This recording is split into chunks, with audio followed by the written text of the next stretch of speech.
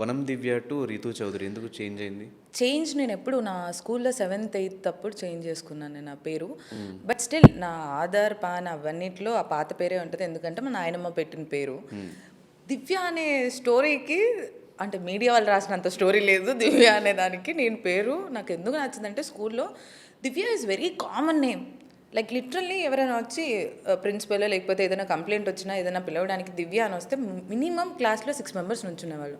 అప్పుడు మార్చుకున్నాను. Ritu unique name అనిపించింది. లేదు, మా మమ్మీని అడిగా, మా మమ్మీకి వెళ్ళి, మమ్మీ నా వల్ల కావట్లేదు ఈ పేరు, ఊరికే దివ్య అని పిలిస్తే 10 మంది పలుకుతున్నారు, దాంట్లో ఏంటిది నాకు అని అంటే, దెన్ మా మమ్మీ 2-3 డేస్ తర్వాత రితు అనే పేరు బాగుంది అని అంటే, దాని పక్కన what ever I am it got added, అంతే.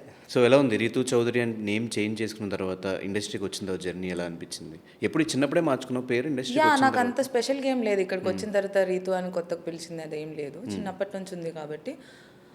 అండ్ అంటే నేను కొంచెం చూపించుకొని ఉండాల్సింది రీతు అనే పేరు జాతకం ప్రకారం ఎలా ఉంది అనేది, అదేం చూసుకోకుండా మార్చేసా. సో ఇండస్ట్రీకి వచ్చిన తర్వాత బాగానే ఉంది, వర్కౌట్ అయిపోయింది అలా. సో రీతూ బోల్డా కాదా? నువ్వేం ఫీల్ అవుతావు అనేది నేను ఆలోచించను. బేసిక్గా నా బ్రెయిన్లో ఏదో ప్రాబ్లం ఉందనుకుంటా, నాకు తెలియదు.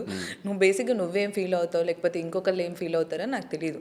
నాకు ఏదనిపిస్తే నేను అది మాట్లాడతా. దాని తర్వాత వాళ్ళు ఫీల్ అయ్యారని వచ్చి చెప్పినా కూడా నాకు నవ్వు వస్తుంది. దేనికి ఫీల్ అయ్యారు, ఏమైంది, నేను నార్మల్గానే మాట్లాడాను కదా అనేది. సో అది బోల్డ్ అనుకుంటే బోల్డ్, అంతే. అదే ట్రెడిషనల్గా ఉండగలుగుతాడు, మోడర్న్గా ఉండగలుగుతాడు. ఇప్పుడు నేను ఇదే స్కర్ట్ వేసుకొని టెంపుల్కి వెళ్ళను, అదే చీర కట్టుకొని పబ్కి రాను. So 2 are different categories. So ఇన్స్టాగ్రామ్లో నేను మోస్ట్లీ కొన్ని ప్రొఫైల్స్ చూసినప్పుడు, పర్టికులర్గా నీ ప్రొఫైల్ చూసినప్పుడు 90% of the content with skin షోతో ఉంటుంది. ఓకే, అంటే ఏం చేసినా స్కిన్ షో అవసరమా అనే చాలా కమెంట్స్ నేను అబ్జర్వ్ చేశాను. నిజంగానే ఇన్స్టాగ్రామ్ అకౌంట్ బిల్డ్ అవ్వాలన్నా, ఎక్కువ రీచ్ రావాలన్నా స్కిన్ షో అనేది ఇంపార్టెంటా? I don't think so. Skin show అని అంటే, ఇప్పుడు ఇన్స్టాగ్రామ్ కోసమే నేను ఏదో స్కిన్ షో చేశాను అని అనుకుంటే అది మీ problem, I can't help it. బేసిక్గా నేను చిన్నప్పటి నుంచి నేను ఇలానే డ్రెస్అప్ అయ్యేదాన్ని, నేను ఇలానే ఉండేదాన్ని. ఇప్పుడు కొత్తగా నేను ఏదో చిన్నప్పటి నుంచి లంగా ఓనీలు వేసుకొని చీరలు కట్టుకొని ఇప్పుడు సడన్గా వచ్చి టాన్ జీన్స్ వేసుకొని క్రాప్ టాప్ వేసుకోవట్లే. నేను ఫస్ట్ నుంచి అలానే ఉండేదాన్ని. నేను అవే పెట్టేదాన్ని, దాన్ని ఎక్స్పోజింగ్ అనుకుంటారు, దాన్ని స్కిన్ షో అనుకుంటారు అనేది నా బ్రెయిన్లోకి అంత వెళ్ళదు. నేను నాకు నచ్చినట్టు నేను ఉంటున్నా, దానికి నువ్వు ఏ పేరు పెట్టుకుంటే నీ ఇష్టం, అది నాకు సంబంధం లేదు. నువ్వన్నా కమెంట్స్ చూసాను, నేను ఆ కమెంట్స్ కూడా చూడను. అరే నీకు 1 hour టైం ఇస్తున్నా, 1 hourలో ఏం తిట్టుకోపో కమెంట్స్లో, 1 hour తర్వాత నేను ఆఫ్ చేసేస్తాను. టూ మచ్ నోటిఫికేషన్స్ వస్తున్నప్పుడు ఓకే ఫైన్, మీకు 1 hour టైం అయిపోయింది. ఇంకా వాళ్ళ లైఫ్లో వాళ్ళకి ఏమి చేయడం, ఇంకే పని పాట లేదు లైఫ్లో, వాళ్ళు పెద్ద ట్రామాకు గురైన వాళ్ళే ఆ కమెంట్లు పెట్టుకుంటారేమో నా ఫీలింగ్. ఇంకా వాళ్ళ లైఫ్లో వాళ్ళ పిల్లాన్ని ఏమనలేక, వాళ్ళ గర్ల్ ఫ్రెండ్ ఏమనలేక, లేకపోతే ఇంట్లో ఏమనలేక పక్కన వాళ్ళ మీద అని రాస్తూ ఉంటారు అనుకుంటా. సో ఏమీ పట్టించుకున్నప్పుడు కమెంట్స్ ఆఫ్ చేసుకోవడం ఎందుకు?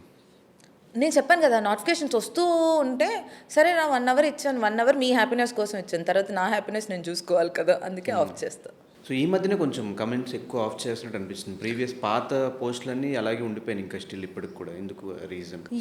రీసెంట్గా ఇంకా ఏంటంటే నేను పట్టించుకోను, నా పక్కన ఉన్న వాళ్ళు ప్లీజ్ ప్లీజ్ ప్లీజ్ అని అడుక్కుంటుంటే సరే ఓకే మీకోసం ఆఫ్ చేస్తా కమెంట్స్, అంతే, అంతకుమించి ఏం లేదు. ఈ జర్నీ మొత్తంలో ఈ కాస్టింగ్ కౌచ్ అట్లాంటిది ఏమన్నా ఫేస్ చేస్తున్నావా? అంటే ఛాన్సెస్ కోసం ట్రై చేయడం కానీ అట్లా ఏమన్నా? No, I don't think so. ఎందుకంటే స్టార్టింగ్ నేను ఎప్పుడైతే నాకు తెలిసి ఫస్ట్ ఆఫ్ ఆల్ నీకు ట్రై చేసిన అర్థం కాదేమో, మెయిన్ అది ప్రాబ్లం అయి ఉండొచ్చు. ఖమ్మంలో నేను ఉండేటప్పుడు, ఖమ్మం నుంచి ఇలా ట్రై చేస్తున్నప్పుడు ఒక సీరియల్, నాకు సీరియల్ మీద అప్పుడు బ్యాడ్ ఇంప్రెషన్ ఫీల్ అయ్యాను, ఎందుకంటే భయం వేసింది ఇంటర్వ్యూలు ఎలా ఉన్నారు అని చెప్పేసి. సో నేనేంటి ఫేస్బుక్లో ఏదన్నా యాక్టర్ ఏదన్నా పెడితే వాళ్ళని ఫాలో అయ్యి వాళ్ళ డైరెక్టర్ని ట్యాగ్ చేసి ఆ డైరెక్టర్కి మెసేజ్ చేసి I'm interested and all this ఫేస్బుక్లో చేసేదాన్ని ఇవన్నీ. సో అప్పుడు ఒకసారి రమ్మన్నారు హైదరాబాద్, నేను మా డాడీని తీసుకొని వచ్చా. మా డాడీని తీసుకొని, వాళ్ళు ఎక్స్పెక్ట్ చేయలేదు నేను మా నాన్న తీసుకొని వస్తానని చెప్పేసి. ఇది కూడా బంజారా హిల్స్ ఒక దగ్గర. ఇట్స్ లైక్ నువ్వు ఒక్కదానివే రా అది ఇది అని చెప్పారు. కార్ దగ్గరికి, నేను మరీ చిన్నపిల్ల ఇన్ ద సెన్స్ ఒక 10th class అలా. అయితే ఇలా ఉంటుంది లైఫ్, ఇది చెయ్యాలి, ఈ డ్రెస్లు వేసుకోవాలి, ఇలా ఈయన కలవాలి, ఒక ఫేమస్ పర్సన్ ఆయన సీరియల్స్లో. ఆయనతో ఇలా ఉండాలి, ఉంటే మీకు ఛాన్స్ ఇస్తారు అని చెప్పారు. నేను ఆయన చిన్నప్పుడు సీరియల్లో చూసేదాన్ని. ఆయనతో ఏంట్రా ఇది నాకు, ఆయన ఇలాంటోడా అని ఫస్ట్ షాక్, ఏంటి అని అనుకున్నా. కానీ కట్ చేస్తే ఏమైందో తెలుసా, ఆ పర్సన్ ఇలా అడుగుతున్నారని వాళ్ళ మేనేజరో ఎవరో మరి ఇలా అడుగుతున్నారు, ఆయనతో ఇలా చేస్తే నీకు ఆ ఛాన్స్ ఇస్తారు, సీరియల్ ఛాన్స్ అది ఇది అని అంటే కట్ చేస్తే ఇంక వెళ్ళిపోయా ఇంటికి, మన వల్ల కాదు అని కొన్ని రోజులు చదువుకొని మళ్ళీ వచ్చా. దాని తర్వాత ఎప్పుడైతే లైఫ్లో మళ్ళీ అవకాశాలు వచ్చి నేను ఎంటర్ అయ్యి సీరియల్స్ ఇవన్నీ చేస్తే వాళ్ళతో యాక్ట్ చేశాను నేను. యాక్ట్ చేసావా? నాకేమో అడగాలని ఉంది, ఎంత చిన్నది అది సర్కిల్, లోపలేమో ఆగట్లేదు నాకు. మీరు అప్పుడు నేను చిన్నప్పుడు వచ్చినప్పుడు మీరు నాతో ఇలా అడిగిపించారని మీ మేనేజర్ ఎవరో చెప్పారు, అడిగావా? మీరు ఇంత బ్యాడా అని అడుగుదామని అనుకున్నా, అడగలేదు. అడగాల్సింది నాకు కూడా అనిపించింది. యా, అండ్ వాళ్ళని తిట్టే రోల్ అది, లిటరల్లీ వాళ్ళని ఏది పడితే అని అనంట. Is very senior actor, I like his acting, నాకు ఇప్పటికీ ఇష్టం. ఆయన పర్సనల్గా అడిగారో లేదో అదంతా నాకు తెలియదు, కానీ నాకు ఇప్పటికీ ఆయన యాక్టింగ్ అంటే ఇష్టం. చిన్నప్పుడు ఆ సీరియల్ చూసి వావ్ అని అనుకునేదాన్ని. నేను ఏదైతే సీరియల్ చూసి వావ్ అని అనుకున్నా వాళ్ళందరితో యాక్ట్ చేసే సీరియల్లోనే. సో ఇంకా సీరియల్స్ ఇంకా చెయ్యవు, జబర్దస్త్ ఇంకా చెయ్యవు? జబర్దస్త్ ఆది లేడు, ఆది ఉంటే చేస్తా. ఆది is fun for me, so ఆది ఉంటే చేస్తా. ఎలా వచ్చింది ఆది టీంలోకి? ఎలా వచ్చావు అప్పట్లో? ఎలా? త్రూ ఆడిషన్సా లేదంటే? నో రామ్ ప్రసాద్ నాకు, నేను అప్పుడు ఇండస్ట్రీకి రాకముందో అప్పుడే స్టార్టింగ్ స్టేజ్లోనో నా ఫ్రెండ్ ఒక అమ్మాయి రామ్ ప్రసాద్ వీళ్ళందరూ రామ్ మూవీలో యాక్ట్ చేస్తున్నారు. చేస్తుంటే ఈ అమ్మాయి నన్ను తీసుకొని వెళ్ళింది ఆ పార్టీకి.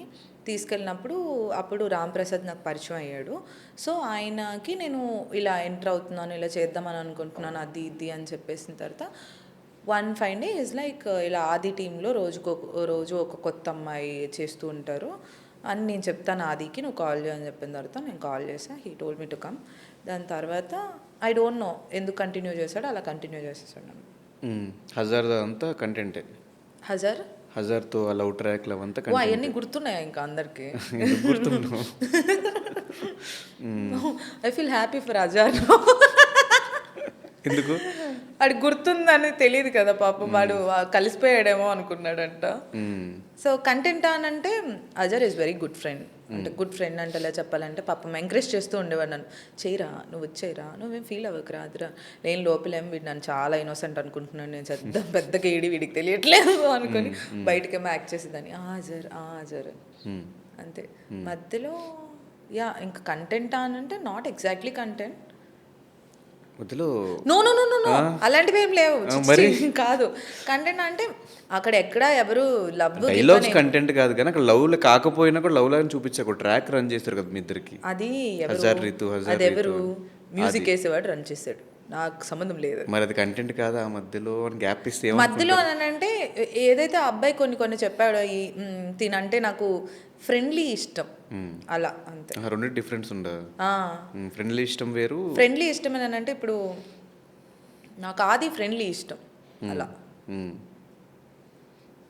ఫస్ట్ టైం నాకు రెండు ఇష్టాలు వేరువేరుగా ఉంటాయని అర్థమవుతుంది. అవును, నీకు ప్రేమ వేరు, ఇష్టం వేరు.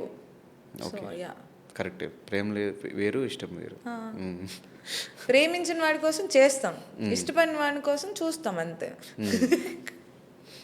సో నీకంటూ ఇప్పుడున్న బాగా క్లోజెస్ట్ ఫ్రెండ్ ఎవరు? ఏ టైం ఫోన్ చేసినా కూడా నాకు కష్టం వస్తే వాడితోనే మాట్లాడతా అనుకునేవాడు ఎవరు? వాడితో మాట్లాడితేనే వాళ్ళు వస్తారు అనేదా? ఏదైనా వస్తారు అన్నా, వస్తుంది అన్నా, కష్టం వస్తే వస్తారు వీళ్ళు నా కోసం అని అనుకునే వాళ్ళైతే I don't want to say anyone, ఎవరు రారు. సరే ఓకే, అట్లీస్ట్ నీకు బాధ ఉన్నప్పుడు ఇట్లా వీళ్ళకి ఫోన్ చేసి షేర్ చేసుకుంటే కొంచెం తగ్గుతుంది అనుకునే పర్సన్ ఎవరు? I have 2-3 friends. One is Surya, వాడు యూకేలో ఉంటాడు.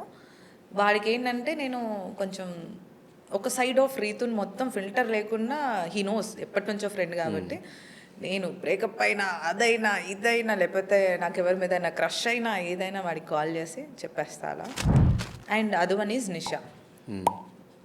నిషా is my girlfriend. So అబ్బాయిలో వీడు, అమ్మాయిలో అమ్మాయి. థర్డ్ ముగ్గురు కావాలని చెప్పు, నువ్వే చెప్పు. ముగ్గురు ఎవరిగా? ఇంకా ఒకరిని వదిలేసా యాక్చువల్లీ. ఒకళ్ళని వదిలేసావు, సరే ఓకే. ఒకళ్ళని వదిలేసానంటే నా బెస్ట్ ఫ్రెండ్కి గర్ల్ ఫ్రెండ్ వచ్చింది, చాలా డిఫరెంట్గా బిహేవ్ చేయడం స్టార్ట్ చేశాడు. ఓకే ఫైన్ అని వదిలేసా.